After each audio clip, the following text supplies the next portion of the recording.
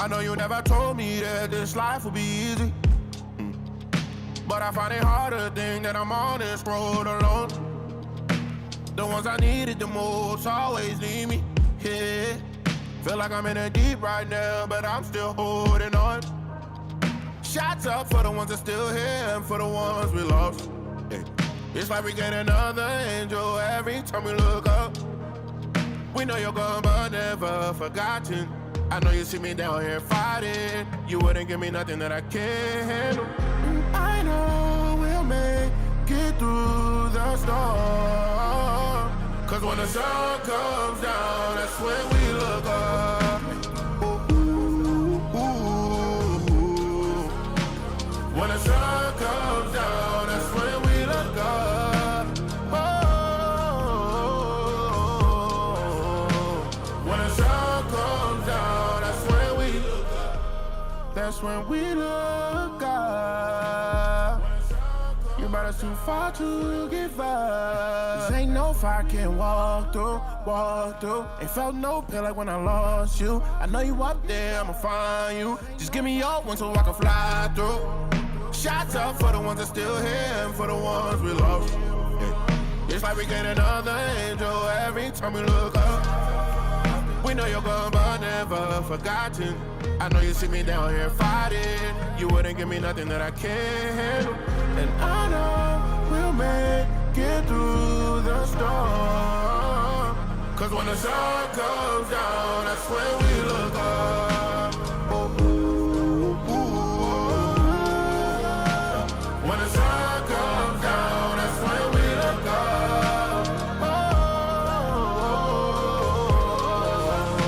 And when the sun comes down, that's when we look up. That's when we look up.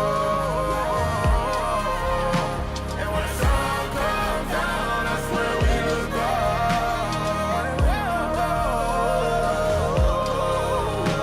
And when the sun comes down, that's when we look up.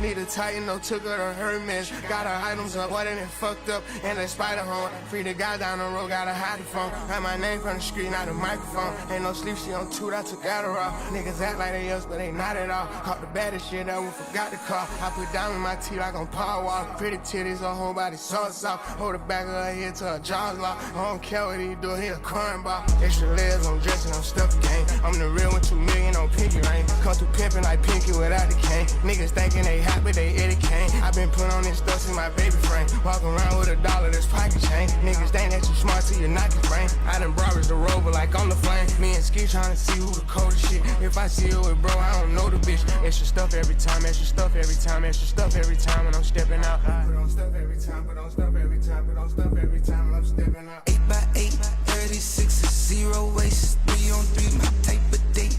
All this stuff, I might be late. It's all this stuff, 8x8. Stuff is stuff is stuff. Stuff is stuff is stuff is stuff. Stuff is stuff is stuff is stuff. Wow, breaking the 9. Inside the spot, you know 3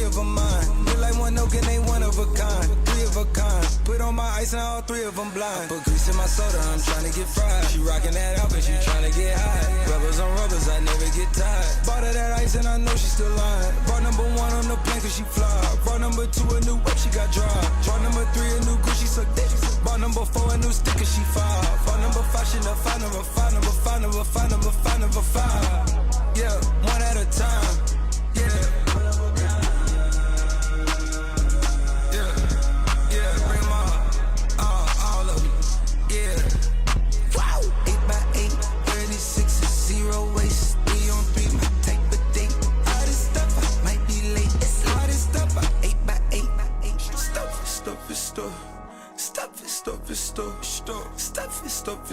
Stop. Wow.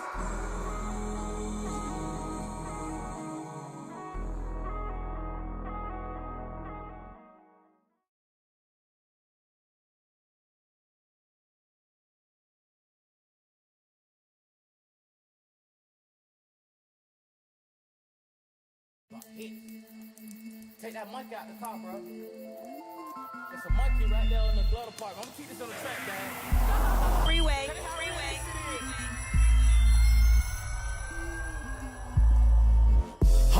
Okay, this is chapter 2.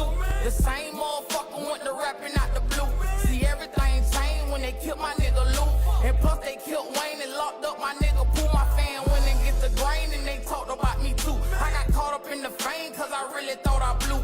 And mommy said she got me rooted up on woo. I'm cold like kamikaze, I got shooters in my crew, not backstabbers. And all you fuckboy ass rappers, you ain't G-code, you be talking to them crackers. We ain't letting shit go. On my mama, we gon' whack them. Them niggas out your crew, you better watch them like a plasma. Cause when it's crunch time, them fuck niggas, they got asthma. Nigga fuck that bitch, call it P, I done had her. She been dropping neck on the beach in that satin. Bought my niece some Louis V's and my bitch some Donna Karens. Never been a hater, so it free that nigga Aaron. I know it ain't no beef, but I just bought another apron. I just left. Alright, y'all boys. We back.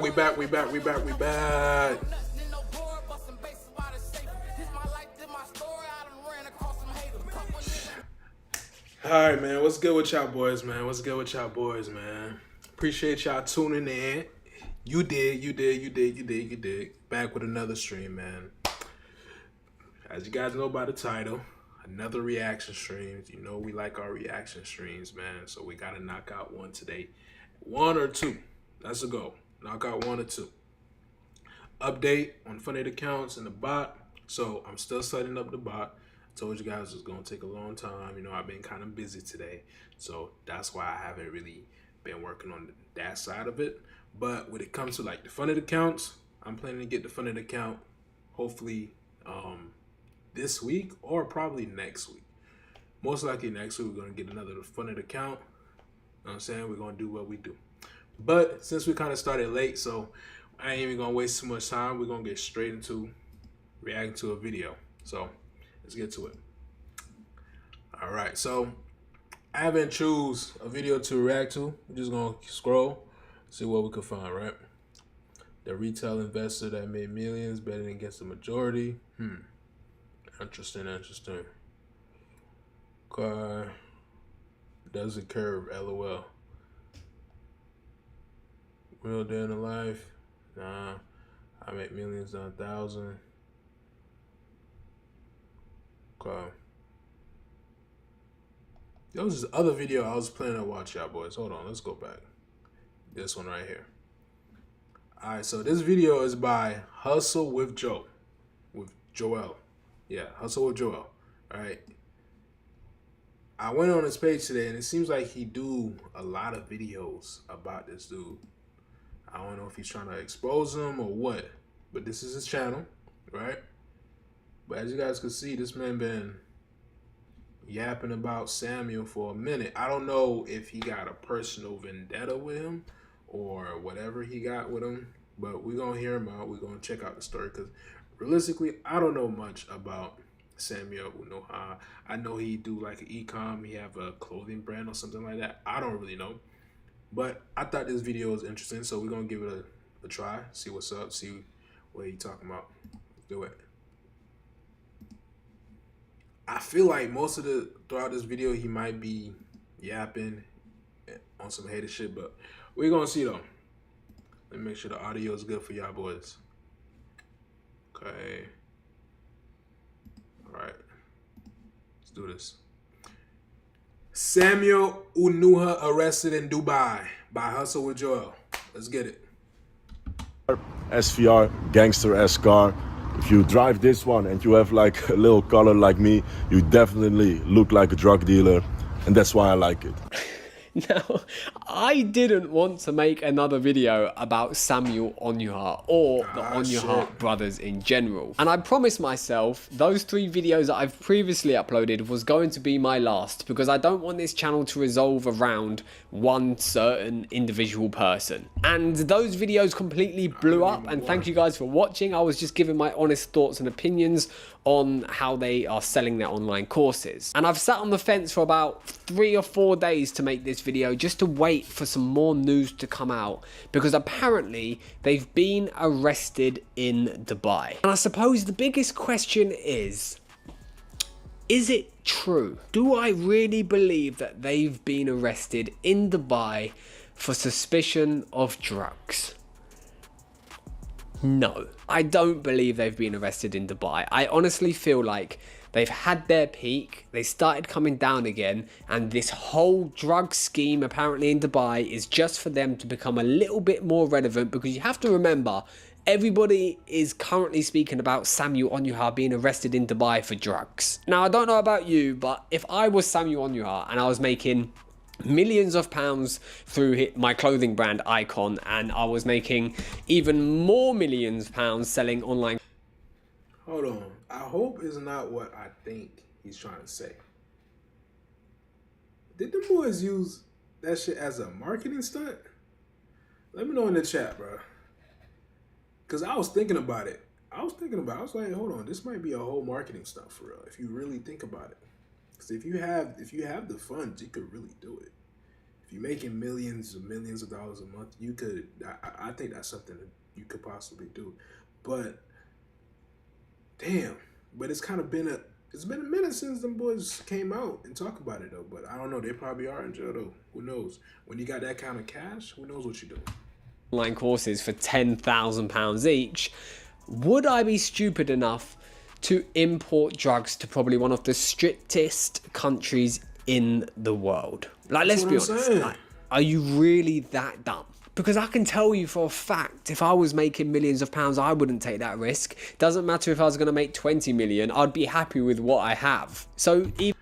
Look, man, if I'm making millions, bro, you ain't catching me around no substance. You know what I'm saying? If it's white, I do not want that shit, like, literally arm length from me, bro. Not even in my fucking proximity. However the fuck you say it, bro. Literally, bro. If I'm pushing that much bread, bro, niggas is bound to go after you, bro. So as soon as you slip up, shit's gone. Either something has happened where he's been at a party or he's been back at his apartment and they've been on the gear like 90% of the world do anyway, but he's just been raided and been caught with a packet or 2. And he's currently sitting in prison, awaiting sentencing. He's probably going to get 6 to 12 months for suspicion, and it's probably true. But again, I don't think that's reality. I don't think he's been arrested in Dubai at all. Coming from a marketing background and thinking like someone who does marketing, this is just one big plot to build his brand. Now, some might disagree. Some might go, well, it's stupid. Hey. Why would you build your brand based around being arrested on drugs? All publicity is good publicity, good or bad. If you understand marketing, you'll understand someone always has a peak, or something always has a peak. And if I'm sitting in Samuel Onyuha's shoes right now, I'm sitting there in my apartment or my villa on the Palm going, you absolute idiots. I mean, everybody, including myself, by the way, I'm a suspect in this as well. I'm now sharing this information, spreading his name to people who obviously already know who he is, but potentially to people who don't know who he is, who's number one going to go to his socials, which I think is taken down actually. Again, clever clever marketing tactic. Take down my social media, pretend that Dubai authorities has taken it down for me, and just let it brew for a couple of weeks. And then I'm gonna come back and go, oh, I've just been released. You're smart, Samuel, you're smart. And I have to rate it, I have to. Like, I genuinely don't believe you've been arrested for drugs in Dubai. If you have been arrested for drugs in Dubai, it's because you left a packet in your apartment and you've been raided, and you're stupid for that. You love parties, you love going out. Do you probably get on it? Do you get on the sesh? Probably, because most people do nowadays, let's be honest. Have you been a silly boy and messed up and got caught? Probably. But then you have to think, why would you do it in Dubai? I've never done drugs and I never will, but would I do it in Dubai if I did it? No, I wouldn't. One of the fuck being in a Dubai prison. Fuck that. Oh, and one more thing I'd like to add before I end this video. Imagine how many people are sharing Samuel Onyuha right now. Everything Samuel Onyuha is arrested, Dubai prison, coke, been shifting gear, been doing this, all that's doing is pushing traffic, good or bad traffic, to his website where he's selling an online course for £10,000. Even if 5% go, oh my God, like. He said £10,000. Bro, that's crazy. I don't know, man. Y'all tell me, is that good marketing or what, bro? Because if you think about it, like he said, good publicity, bad publicity, they all get in funnels so somewhere. Your page, website, what you got going on. Hey, shit. Like, this is what he was selling before. It must be good because loads of people were doing it and sign up. It's still hundreds, if not millions of pounds he's generated by this whole marketing tactic. Things like this has been done before by other influencers, and I get it. I understand it. I know how marketing works. If I was in that space, would I like to build my brand and have another spike based on a drug allegation? Probably not, no. So then again, am I leaning towards he messed up and he had some at a party? 10-20% of me maybe, but the other 80% is heavily on this is a marketing tactic just to boost him, his brother, his brand, his clothing brand, and his online courses. And I've been waiting about 4 or 5 days to make this video now because I really wanted more evidence to prove that he was either in prison or he messed up and he was at a party. But if it comes out to be true that he has imported drugs or he has done something significant like importation of a Class A drug, when he's making millions of pounds from people buying his course / selling his clothing brand, then I'm sorry, but that's probably the dumbest thing I've heard all year. Like, you have to remember, when you think back to Andrew Tate and that whole girl situation and how he blew up the internet and how everybody was talking about him, and then it comes out he's innocent and now he's got all his cars back and all his properties back and stuff like that. For him, that was fucking brilliant because everybody was speaking about him, including me and all online news sources.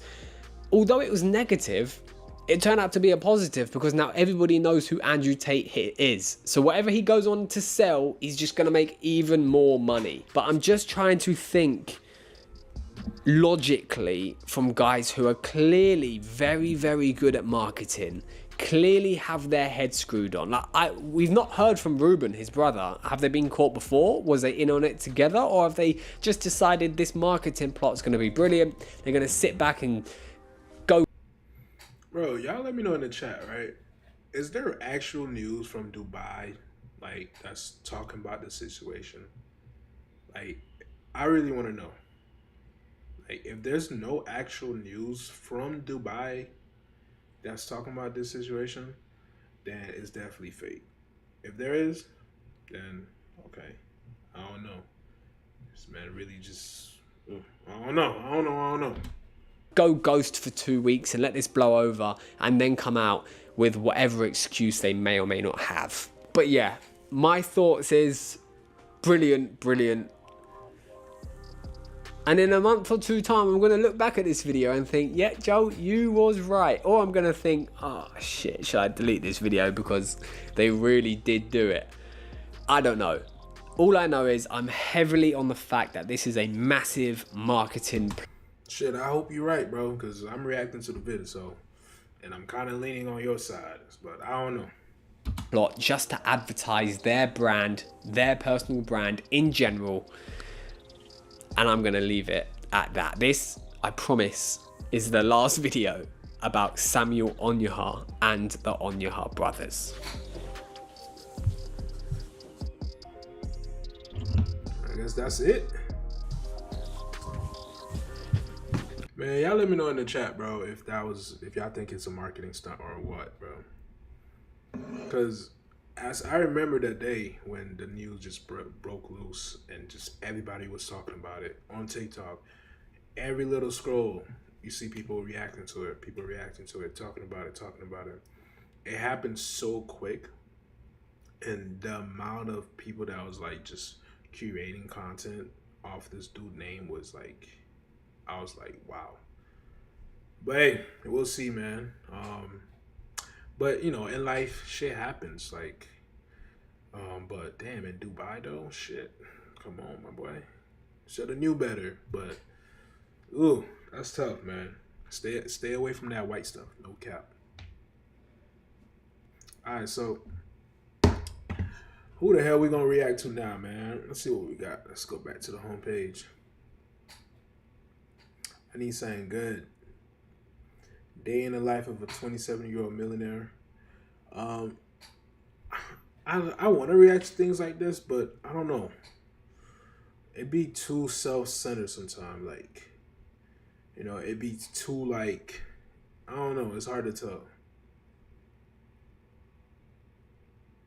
I like real information. Like I like real stuff, you know?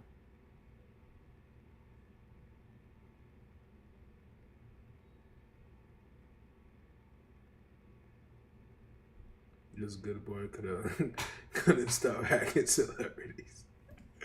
Yeah, This is 22-year-old Joseph O'Connor seeing sunlight for the first time in years, closely followed by his lawyer mother, who was willing to say anything to not see her son be extradited to the US. He's never been arrested, he has never been in trouble. He has a very... This is 22-year-old This good boy couldn't stop hacking celebrities by Crumb. All right, let's see what this video about, man. Joseph O'Connor seeing sunlight for the first time in years, closely followed by his lawyer mother, who was willing to say anything to not see her son be extradited to the US. He's never been arrested, he has never been in trouble.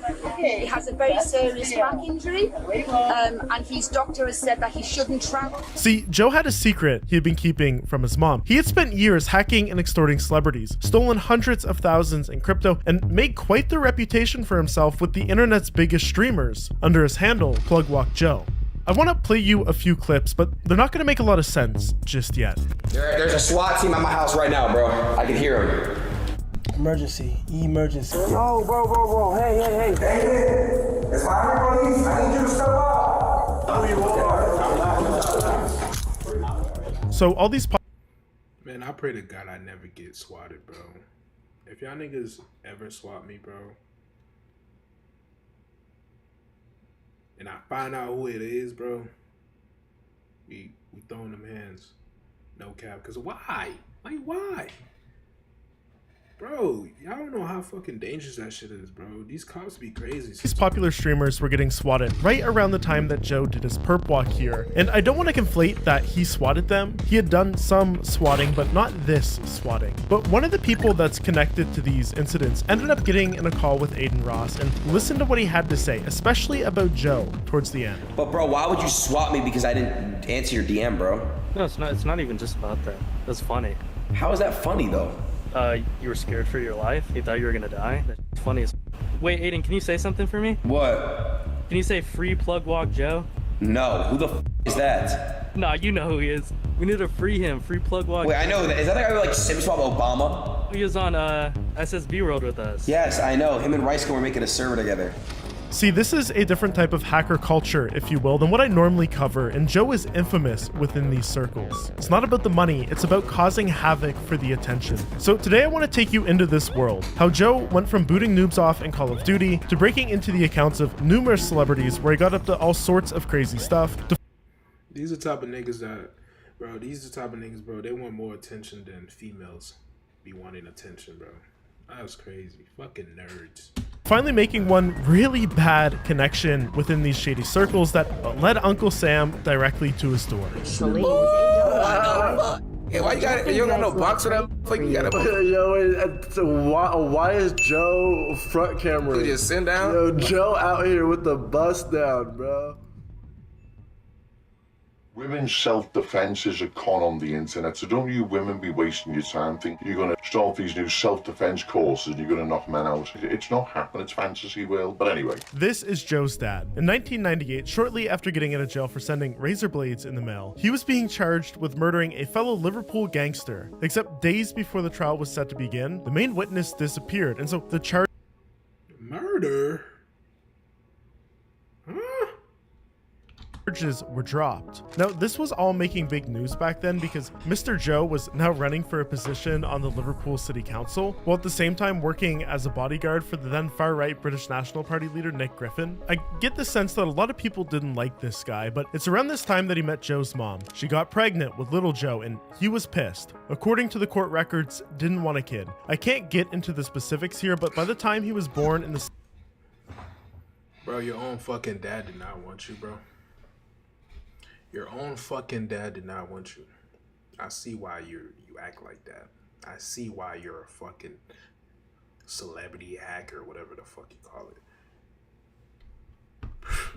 in the summer of '99, it got really bad. His mom, shortly after her boss's car was petrol bombed as retaliation for opening a custody battle over little Joe, fled to southern Spain and was able to restart her career as a lawyer. Joe apparently struggled in school here, but by 2007, his one outlet had become video games. The Game Boy got him hooked, and oh boy, by the time he got a computer, it was practically all he was doing. But then the 2008 financial crisis hit. His mom lost her job, and after living off savings for 2 years, she and Joe, now 10, returned to England looking for better prospects. But the school situation only got worse. Bullying dominated Joe's experience, and he was not performing poorly academically.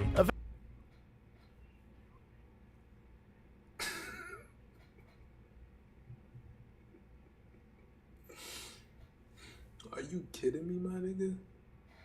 Are you fucking kidding me, my nigga? This dude is so chopped, bro. Eventually switched to more or less a homeschool routine, and by 14, according to his mom, was spending 16 to 18 hours a day on his computer. What she didn't know is that Joe had been playing Call of Duty and Counter-Strike, had made quite the reputation for himself. And I want to explore this period of Joe's life because it helps us understand how he made a leap from nerdy recluse into going after the world's most popular celebrities. Okay, so Joe has done an amazing job of clearing his old online profiles off the internet for good reason, but with some creative digging and talking to the folks who knew him back then, I've pieced it all together. Around 2014, Joe got involved in a website called Game Battles. This was MLG's official online competitive gaming platform. Specifically, Joe really liked to play the Call of Duty tournaments on here. Back then, he was going under the handle Complex, or one of these derivatives of it. His Skype specifically was Complex the God, and that has a really important reference, but we'll come back to it shortly. So within the Game Battles community, Joe pretty much immediately develops a reputation as a lag switcher. Check out this video someone posted of him. Well, I'll go host, and if we lose, I'll just lag switch and say it's my connection fucking up.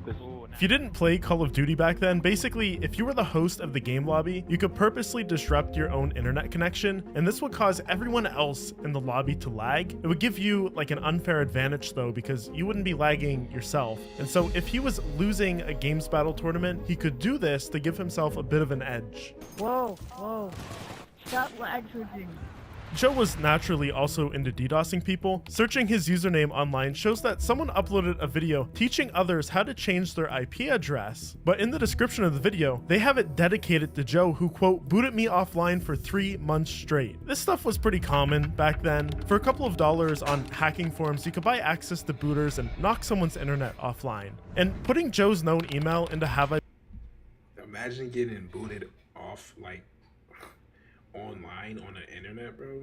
Been pwned? Yeah, he was on a lot of these forums. And like many other kids on these forums, he was also making a little bit of money. We know he was selling CSGO matchmaking ready accounts. Someone would buy these to smurf or hack on. His mom even knew about this in a letter she wrote. Sadly, the YouTube and streaming accounts referenced here have since been deleted. What she didn't know is that Joe was maybe into some more risky methods. Now, I wasn't able to confirm this because I couldn't find any old posts by him as the website has been down for years, but one of his old friends who I spoke to told me that he was on socialengineer.net, and that does line up with what we know from the Have I Been Pwned search. Now, this is a forum dedicated to social engineering. Typically on these forums, that means finding creative ways to get free things from companies. He told me that Joe was specifically into buying cracked Amazon accounts. Apparently around this time, there was an exploit on myhabit.com. This was a flash sale website owned and operated by Amazon. The bug would let you log into an Amazon account and more importantly, see the order history without actually going through the normal login security checks that existed on Amazon.com, like getting a code to your email or phone. This made it trivial to run credential stuffing attacks, and the goal was to find accounts that had purchased expensive items like PS4s, Xbox Ones, laptops, you name it. You could then use these accounts to request replacements with a little sly bravado in the support chats.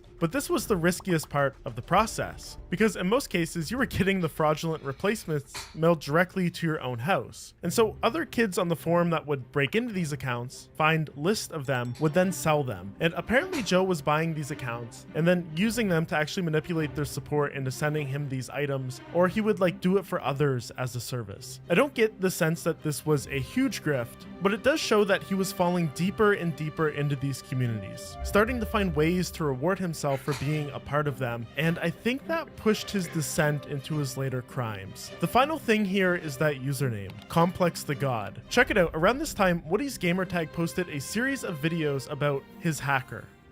Maybe 2-3 months ago, I made a video called My Hacker's Going to Jail, and it's about Cosmo, otherwise known as Cosmo the God. He took down NASDAQ, CIA.gov, right, which is Americans' like Central Intelligence Agency. He took down UFC.com. He redirected 4chan to point to his own Twitter account. He pioneered social engineering techniques, it's coming out of the article I'm reading, to gain access to user accounts at Amazon, PayPal, and a slew of other companies. That slew of other companies includes Microsoft, because how I learned about Cosmo the first time was he stole my Xbox Live gamer tag. Somehow, I got on his radar. Did you catch that? Cosmo the God. Cosmo was part. Them boys are different. I'm not even gonna lie. To be able to have that type of knowledge where you could access the fucking CIA database or whatever he said is crazy, bro. Like, I ain't gonna lie, I low-key wanna learn how to code. I'm gonna be honest, I low-key want to, but I don't think I got the time, for real. Was part of a group called Underground, a word I can't say here on YouTube. Cosmo was a social engineer that used his skills to wreak havoc on all sorts of companies, mainly for fun and attention. I'll do an entire video on his group at some point, so make sure to subscribe. Now, I can't know if Joe saw this video by Woody, but I'm the same age as Joe. I was also into Call of Duty, and I did, and I thought Cosmo was so cool. I even made an account ending in the God, just like Cosmo, and lots of other kids on these forums did too. And that tells me that he looked up to these hacker stories in some way, and based on what he would go on to do, wanted to be just like them. Now, there's one last thing from this period in Joe's life that caused him to abandon the Complex alias and delete these old accounts. Because come 2015, all of this was beginning to catch up with him. People didn't like him for what he was doing, and his name and address were leaked online. To quote Joe, "This was the first time I realized I was not anonymous and not simply a username, but someone who could be traced." People began showing up outside of his house, harassing him. This video long as hell. The fuck? And recording it and posting it online. Bloodwall Joe! Bloodwall Joe! According to Joe's testimony, once, quote, 4 people came to his door, one live streaming, another with weapons, threatening him and his mom, but they were able to chase them off with metal poles. Like, that's pretty intense, man. But I think as this stuff went on longer and longer, he became desensitized to it. He started using the handle PlugWalkJoe online, everywhere, which turned out to be a really bad idea because he hadn't even really kicked off his hacking spree yet. But that was about to change. Joe, now 18, just shy of his 19th birthday, moves back to Spain quarantine with his mom. He's out of school, has no plans to pursue further education, no job, and he's spending all his time online, barely going outside. And this is when things get crazy. Come September 2018, Apple was releasing the iPhone XS, and their big marketing campaign had people hyped up. But then, over 17 million subscribers got a notification on YouTube. A new video by Logan Paul had just been uploaded, but anyone who clicked it would find something really odd. The title of the video was just giveaway, and it was only 21 seconds long, urging people to click the link in the description to claim a free iPhone. But within minutes, the video was removed. It had only got 10,000 views. And then another one pops up, titled Giving Away 1,500 iPhones. This was a much more Logan Paul inspired title, and this one stayed up for hours, gained over 100,000 views before it got deleted, and the link in the description just led to a spammy infinite ad loop website that the hackers were probably making some profit off people visiting. But it's not like this was a super sophisticated phishing campaign that actually made you think you were getting a free iPhone when you clicked. It was all a little weird. At the same time, Logan's Twitter had just been taken over, and whoever the hacker was, they were tweeting all sorts of bizarre stuff like KSI is a stranger alpha male, and this will be remembered as the day Twitter was hijacked and crashed. And then they're making a bunch of tweets asking people to follow weird accounts. And here it is, a familiar name and all of this strangeness. Follow at PlugWalkJoe and I'll quote drop Logan Paul's sex tape, a promising reward that no one got to watch because Logan quickly took back his accounts and deleted all of this nonsense. Joe had clearly made it into a hacking group. They clearly had a method to break into high-profile accounts, but I don't think they were putting much thought into the whole thing yet. That said, they were about to abuse this to high heaven. Speaking of stolen accounts, today's sponsor, Incogni, will protect your online data from being leaked through data brokers. Since starting to use Incogni nearly a year ago, they've deleted Incogni comes into the picture. They use data privacy laws now, and since using them, they're getting way less spam phone calls, take your personal data back, lost access to their accounts, and the hackers started spamming all this crazy stuff. Jack on Friday got hacked. That's Twitter CEO Jack Dorsey, and this is what his Twitter feed ended up looking like. No way he hacked the CEO of Twitter. Nah. From racial slurs to anti-Semitic rants, the hacker or hacker group sent out offensive tweets on Friday afternoon to over 4 million of @Jack's followers. While celebrity news outlets were frantically researching how computer hacks work and then trying to explain that in a way that 50-year-old moms will understand, the attacks kept escalating. This time, even targeting a Twitter belonging to Etika, who had just passed away a month before, and these tweets were made like having no respect for this man's death. And here it is, what we've been looking for. These shoutout tweets were the common thread between all of the hacks. Joe had got involved in a group called the Chuckling Squad, and it seemed they were willing to try anything for a little clout. When they got into Bella Thorne's Snapchat, they found nude photos, and then threatened to release them if she didn't make a video thanking the hackers and tagging all of their accounts. When she didn't immediately do that, Joe got into her Twitter, posted this nasty stuff, and then further threatened to leak those photos if 5,000 people followed him. But Bella wasn't about to go down without a fight. She managed to regain access to her accounts and just posted those photos herself, alongside all the text messages of them attempting. Yo, where the fuck I been at? I don't know any of these shits. Since when she got fucking hacked? To extort her. She took the power away from them. And after the incident, she was going and talking to news agencies, telling them about how she's engaging law enforcement and private investigators to try and find out who was behind the attack. You think that this would maybe scare Joe a little bit, but apparently not, because in the meantime, the group set their next target on TikTok stars. They took over the accounts of Addison Rae and Dixie D'Amelio, again posting their handles amongst other nonsense to a combined 100 million followers. They also somehow got this kid to start posting actual videos. Follow PlugWalkJoe. I'ma shoot you, bitch. The worst part about all of these I ain't gonna lie. If I'm a billionaire, these are the type of niggas I'm gonna be scared of, bro. These are the type of niggas I'm gonna be scared of. As a future billionaire, these hackers is different, bro. What? Like, I gotta invest in like crazy cybersecurity, bro. Like a whole team. these attacks, like Joe wasn't really even gaining many followers. Now you can see on Dixie's TikTok here, there's this one video posted of a watch with the caption, "Spread the word, Plugwalk Joe runs the comm." I'm not good with watches, but it looks like a similar one that Joe would go on to later showcase on a stream years later. Seemed that Joe maybe had a little bit of money if this thing wasn't fake. At this time, he's living in Spain alone for most of the day. His mom went back to the UK, but had hired a nanny to take care of him because according to her, he was incapable of self-care. So this nanny's like buying the groceries, right? Bringing them over, maybe cooking some meals, doing some cleaning. This is when news articles start to come out. They had found out how Joe and friends were getting into all of these accounts. Even King Bach posted a video about how it happened. It was an AT&T employee that switched my SIM card to his SIM card, and all the text messages went to his phone. He could see everything I was typing in my phone. So when I changed my password, he saw what the fuck I changed it to. This is a classic SIM swap. You port someone's phone number over to a phone you can control, then you can go try to sign into their account, hit forgot password, you now get that text message, and you can reset the password to anything you want and log in. That's how they got into all of these celebrity accounts, but most people that do SIM swapping, they do it to get into crypto accounts, to steal hundreds of thousands of dollars, and yeah, by the way, Joe had been doing that too.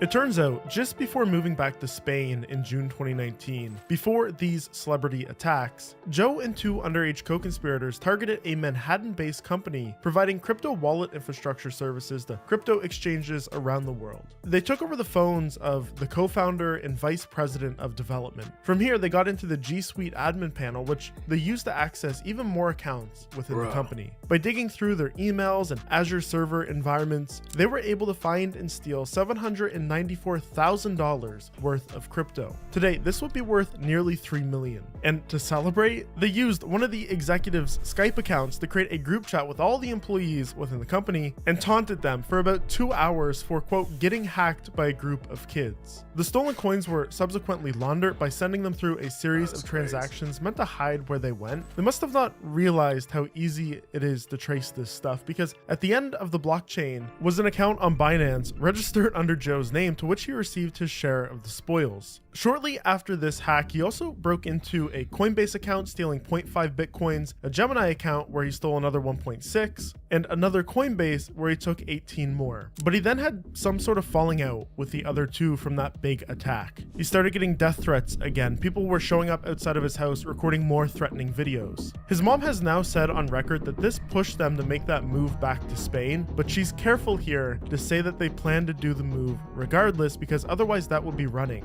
Nevertheless, this was meant to be a wake-up call for Joe. He promised his mom that he wouldn't steal anymore. I mean, I guess technically that doesn't take the celebrity hacks I just told you about off the table. Anyways, back alone in Spain, he must have felt impervious here. Like it was safer to do this sort of stuff than it was in the UK. I mean, he even paid a press agency to have these articles written about him saying he was a crypto expert. Maybe this was meant to justify where the bitcoins were coming from, but like, talk about beyond reckless. It seems these articles were published in 2020 by looking at the view source and the publish date on them, but I'm a little confused because he used like babyface pictures of himself, even though he's an adult by the time this is written. But if 2020 is right, one of the Chuckling Squad members had already been arrested, the guy who was responsible for finding the phone numbers of celebrities. So Joe knew the stakes, right? Why do it? Well, maybe this was his way to impress girls. In late June 2020, Joe had met a girl in a Discord server he hung out in often. Joe was now 21. When she told him she was 16, he responded, "Wow, you're actually really young." Despite that, within days, he was sending her explicit threats and sexual messages. So much of this I can't quote here on YouTube, but things like he wanted to, you know, I actually really can't say this, but it's about as bad as it gets. He went on to send a photo of his genitalia, and she ended up posting this photo and screenshots of the messages to the Discord server.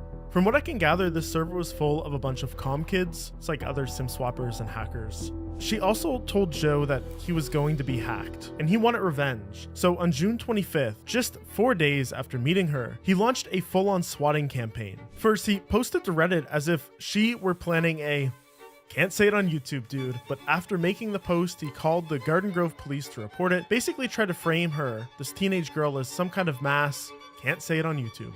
A few hours later, he phoned the police again, this time pretending to be a furious husband who caught his wife cheating, threatening to do all sorts of awful things with all sorts of awful weapons to guarantee a major police response. It worked. A large chunk of the police force swarmed her address, ready for an active situation. While this is going down, Joe decides it would be the perfect time to call the fire department. They get firefighters to also go to the house, adding to the chaos. And like, if this wasn't enough, he then emails her principal, once again posing as her, threatening to bunch of stuff I can't say on YouTube. He also posts to Reddit again, still framing her, saying that he planted a bunch of can't say it on YouTube at local restaurants. Then he calls the sheriff's department and claims that he's going to do horrible things in an airport if $60,000 isn't delivered to, you guessed it, her address. Keep in mind, this is all happening in one day. Joe was relentlessly hammering this poor girl. And because that wasn't enough, he then starts personally calling her relatives, telling him that he's going to do all these awful things to them. She eventually confronts him online, and he basically shrugs it off and said that she deserved it. Over the next few weeks, Joe even started bragging about these calls on Snapchat, openly mocking her, saying that he doxed her and that it's messed up, isn't it? You think by now someone would have stopped Joe.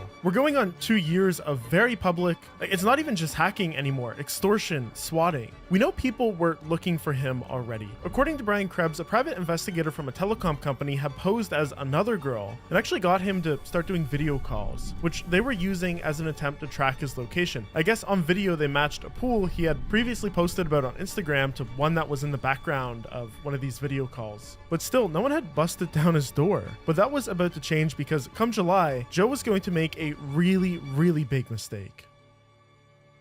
It's being called the biggest security incident in Twitter's history. Attackers targeted several high-profile accounts with thousands of followers in an apparent Bitcoin scam. Now get this, they include accounts of former President Barack Obama, Joe Biden, Bill Gates, and Tesla CEO Elon Musk. Now this is the message that appeared on Musk's Twitter. It read in part, quote, "Feeling grateful, doubling all payments sent to my BTC address." Now the tweet also had a link where people can donate. The classic RuneScape doubling scam. Of course, those who sent their precious bitcoins received absolutely nothing. I made an entire 37-minute documentary on the guy behind this attack. Even though the amount stolen was relatively small, $117,000, this made huge international news rounds because the sheer number, over 130 high-profile accounts taken over. And the biggest question was, how did this happen and who was responsible? All fingers were initially pointing to Plugwalk Joe because just one day before the attack, he posted this picture of Twitter's back-end admin panel. This sent journalists down the rabbit hole of his history, and it made perfect sense that someone who had been hacking celebrities for years on Twitter had finally done the big dirty. The truth was, the real culprits behind this attack had actually reached out to Joe before committing it, because before abusing their access in this huge way, they were just trying to use it to sell some rare usernames. And Joe was known in the community to like rare names. He entertained them with the idea of purchasing @6 on Twitter for $10,000, but he was requesting that they show him proof that they actually had access to do these account takeovers. First, he asked them to make changes to the @6 profile, adding PWJ to the name and updating the account's profile picture. They did that, and then he said, hey, well, that's not enough. Like, show me how you have access to do this. And they sent him the picture of the back-end admin panel that he would then go on to post publicly. And he actually did that as kind of an FU, because it showed other people that wanted to buy those usernames that these people had breached Twitter. And in the OG username circle, that's not good because it means there's a high chance of those usernames getting clawed back once the hack is discovered versus if an insider was truly selling them. Anyways, I explained more about that in my full video. The trouble for Joe is he didn't know what was going to happen the day after he posted that. He had unknowingly advertised to the world his involvement in a major criminal breach. And now with the stories running, pointing to him as the mastermind, the damage was done. This was so effective that to this day, a lot of people still get the stories mixed up and blame Joe as being the mastermind behind the Twitter hack, but it couldn't be further from the truth. Now, I also detail more of this in my big video, but two of the kids who were actually involved in the hack more or less got tricked into giving the Times an interview about how the the hack worked under the guise of clearing their names. I think they both got more jail time because of it, but nevertheless, during that interview, of course, Plugwalk Joe came up. So the Times reached out to Joe for a comment, and all he said was, "I don't care, they can come arrest me, I would laugh at them, I haven't done anything."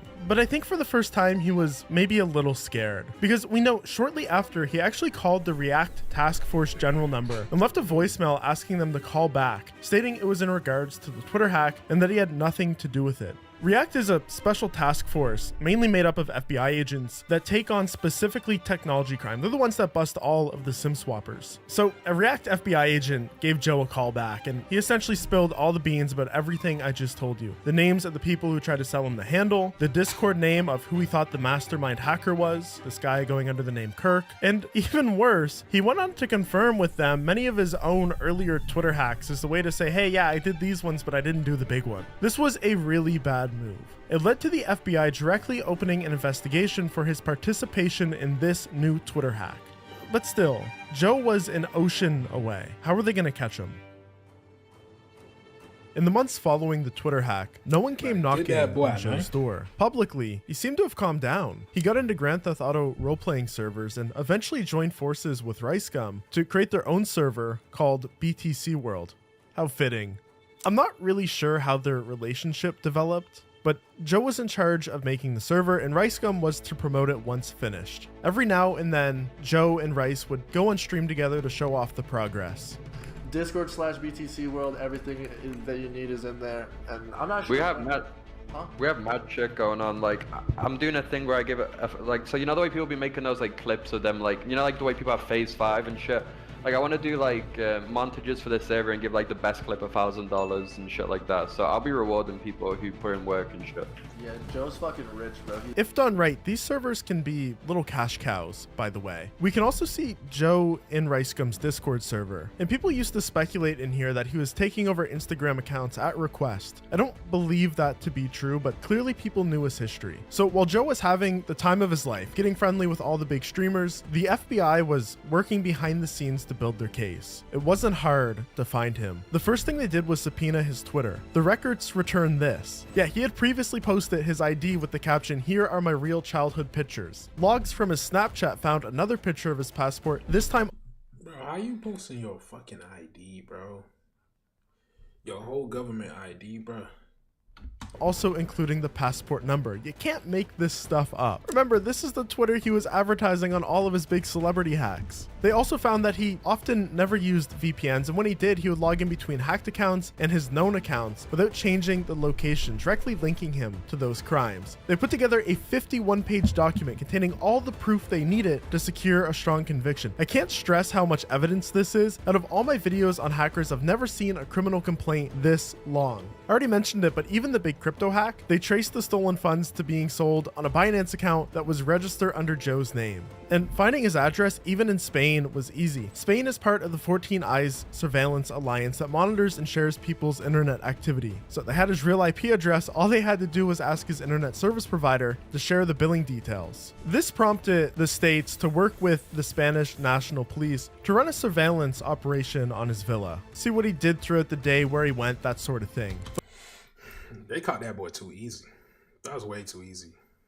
How you a powerful hacker like that and you can't even fucking hide your tracks? That's crazy. But they had a problem. Over the 4 months they spent watching, they never saw him once. He literally never left the apartment, never went outside. This wasn't ideal. Typically when arresting hackers, you don't want them to have any heads up, any chance to delete evidence from their computer. Sometimes hackers have even been known to build kill switches that at the click of a button will erase everything. Such was the case with Alexander Craze, but I'll cover that story soon, so make sure you hit that big red button. So since it didn't seem like they'd ever get the opportunity to catch him outside, away from his devices, they were going to need to raid his apartment with him still in it. On the morning of July 21st, 2021, Spanish National Police finally made their move. After the months of surveillance, they bust into Joe's apartment, finding him exactly where he spent most of his time, in front of his computer. You can see in this photo that they sat him down and combed through it for evidence. As soon as she heard the news, Joe's mom took the first flight back to Spain. The following day, reporters captured her waiting outside the courthouse for Joe, where she gave this speech. And I think that the pressure from the FBI traveling to Spain has influenced the judge in Madrid, and that shouldn't affect the judge. The judge should be looking at the evidence. He should be following the correct procedure. This is not the correct procedure. Joseph has not been given any evidence. We have no sight of the evidence.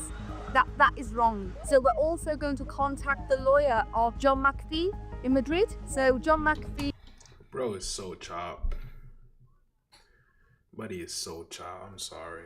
He was a citizen who was also facing extradition proceedings in June and was to be extradited to the USA, and he killed himself in prison.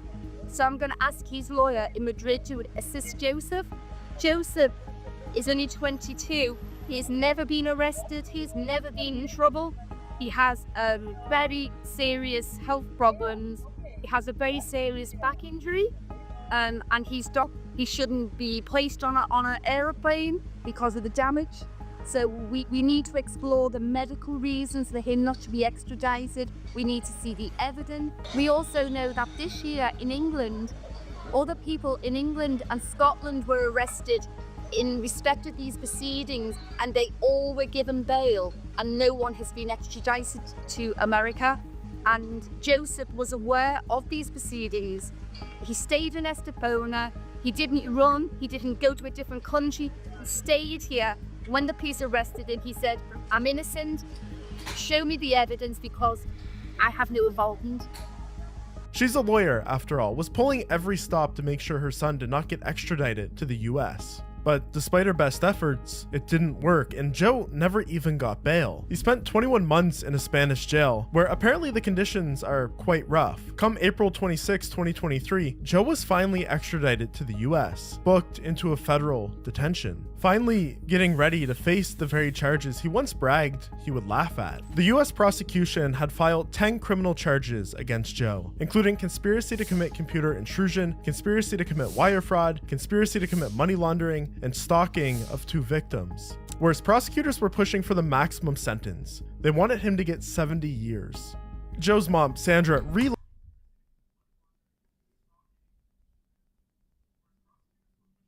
70 years? 70 years. That's crazy. That boy never coming out. relocated to the US to be close to him to assist in his defense. By this time, Joe had already spent 2.5 years in jail waiting to be sentenced. This delay, coupled with legal expenses, placed an enormous strain on Sandra. Quote, "There will be no inheritance for Joseph and his brothers." The enormous cost of the proceedings have apparently depleted her personal savings and her ability to retire. She's already 60. Come June 2023, now 24 years old, Joe was finally set to face the judge to learn his verdict. He apologized for his deeds, telling the court, quote, "I'm sorry, my crimes were stupid and senseless. I want a life that makes sense." Despite his mom's best efforts, the judge handed down a 5-year prison term to be served in a US federal prison. On top of this, Joe agreed in his plea to pay back at least $794,000 to the Manhattan-based crypto company and $120,000 to other victims he stole from. But the counsel of these victims is now seeking a total restitution closer to $2 million, arguing that they paid a bunch of money out in legal fees to fight the case, their clients sued them for a bunch of money, but an exact resolution on this hasn't made yet. Either way, Joe owes a ton of money. Bella Thorne was also quick to express her satisfaction on social media, saying she felt vindicated by the final sentence and thanked the FBI for their hard work. Meanwhile, the communities where Joe once thrived, they continue to be doing the same thing they're always doing. As you know, hackers went on this big swatting campaign just a year after his arrest, and then they're talking to... They gave that boy 70 years. Man, y'all ain't catching me in no prison, bro. Y'all ain't catching me nowhere near prison, bro. I'm telling you that right now. are not catching me near any prison. Into Aiden Ross after saying things like free plug walk Joe. He's infamous within these communities. To this day, everyone that I reached out to speak about Joe in this video declined voice interviews because they're afraid of what the people who knew Joe might do to them as retaliation, even though he's been locked away for the better part of 3.5 years. And despite these people saying free Joe, I think his mom is the only one that really means it. She's now pushing for a compassionate release. Had this huge document written up, which I used a ton in this video, arguing Joe has already done enough time, that he's not at risk to reoffend, that he's changed and he had made mistakes, but he acknowledges them. She's even secured a job as a web developer for him upon his release, and has compiled numerous testimonies from family members and people who Joe was incarcerated with, attesting to his change in character. A decision has yet to be made on this though, and it's likely Joe's gonna be actually released before a judge even looks at it. Alright, yo, I'm gonna hit you, gang. I love you. Love you too. Bye, chat. Love you guys. In a bit. I ain't gonna lie, that was a good video. That was a good video. But damn, 70 years, bro. Damn, bro. Niggas getting out like he's like 90 something, bro. That's tough. That's tough. Shit, I ain't gonna lie, chat out. 1 year is a lot to me in prison. You know what I'm talking about? 25, 70, bro. 1 year, man, like, bro. But we're gonna end the stream, y'all boys. Appreciate y'all for tuning in. You know what I'm saying? We're gonna get back to trading streams soon. I know this week is a more laid back week. You know what I'm saying? Let's charge this week because, you know what I'm saying, we still waiting on our account. Yes, we can do a little bit back testing, but I really want to set up this trading bot before I actually do anything else. So I appreciate y'all watching. I'm going to see y'all boys tomorrow. Gracias.